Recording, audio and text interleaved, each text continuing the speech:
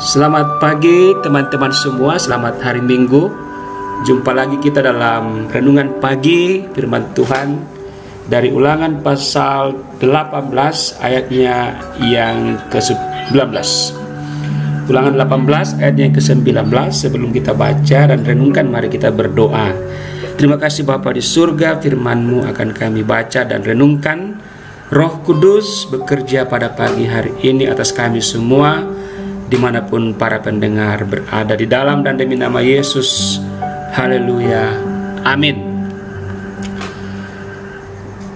Orang yang tidak mendengarkan segala firman-Ku yang akan diucapkan Nabi itu demi nama-Ku, daripadanya akan Kutuntut pertanggungan jawaban.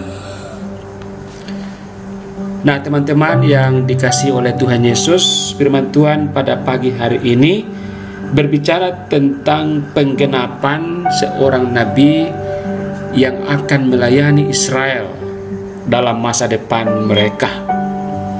Nah, memang orang Israel membutuhkan seorang nabi atau pemimpin rohani untuk menyuarakan kebenaran Allah.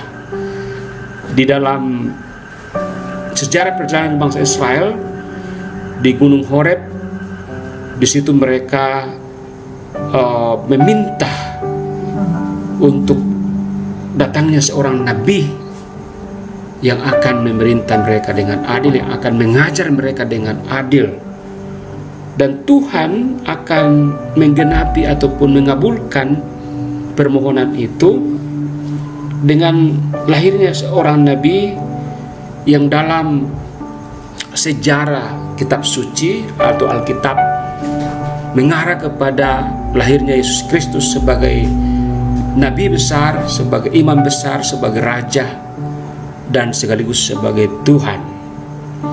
Nah, Tuhan Allah mengatakan kepada bangsa Israel bahwa orang yang tidak mendengarkan segala firman-Ku yang akan diucapkan nabi demi nama-Ku, daripadanya akan Kutuntut pertanggungjawaban. Nah, artinya bahwa orang yang berada di dalam perkumpulan orang percaya kepada Tuhan harus menjadi orang-orang yang dengar-dengaran, orang yang taat kepada nabi Tuhan, orang yang taat kepada pelayan Tuhan. Bagaimana dengan kita, teman-teman, saudara-saudara yang dikasihi oleh Tuhan Yesus? Adakah kita mempunyai ketaatan kepada Tuhan melalui ketaatan kepada pewartaan firman yang disampaikan oleh para pelayan Tuhan di gereja, para pelayan Tuhan di pemerintahan, dimanapun Tuhan menempatkan pelayannya? Nah, firman Tuhan pada pagi hari ini ternyata berbicara tentang pertanggungjawaban, bahwa Tuhan akan menuntut pertanggungjawaban atau meminta pertanggungan jawab ketika kita sudah menyatakan membutuhkan pelayan, memilih dan menetapkan pelayan, memanggil pelayan, apakah itu pendeta, penatua, dan samas.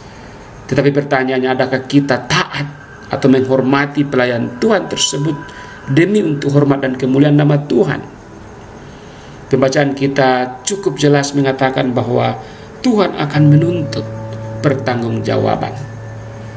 Dalam momentum pemilihan dan penetapan penatua dan samas, saya kira kita diingatkan firman Tuhan ini untuk benar-benar menunjukkan ketaatan kepada Tuhan melalui ketaatan kepada pemberitaan firman dan pelayanan para hamba Tuhan yang kita rindukan dan kita pilih dan Allah tetapkan.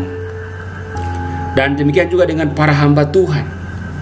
Hamba Tuhan harus benar-benar menjadi teladan.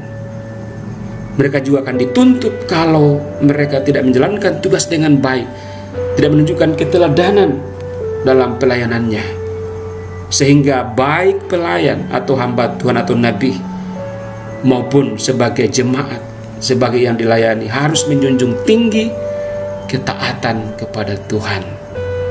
Dan dalam kehidupan Tuhan Yesus sebagai penggenapan dari nabi yang dijanjikan Tuhan, kita tahu bahwa Tuhan Yesus meneladankan ketaatan kepada Bapaknya.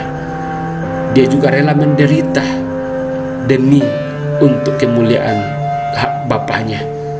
Dan orang menghormati dia, walaupun banyak orang juga membenci dia sebagai bagian dari risiko menyampaikan kebenaran Tuhan.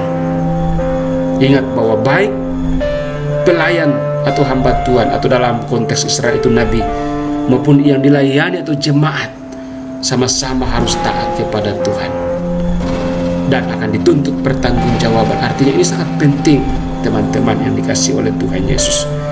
Oleh karena itu, saya ucapkan selamat hari Minggu, selamat taat kepada firman Tuhan melalui pelayanan hamba-hamba Tuhan hari ini. Kita akhiri dengan doa. Terima kasih Bapa, Kau telah melayani kami dengan firman-Mu. Semoga kami boleh melakukannya untuk hormat dan kemuliaan nama Tuhan. Terpujilah Engkau, haleluya, amin. Selamat hari Minggu teman-teman, dan sampai jumpa lagi. Tuhan Yesus memberkati, amin.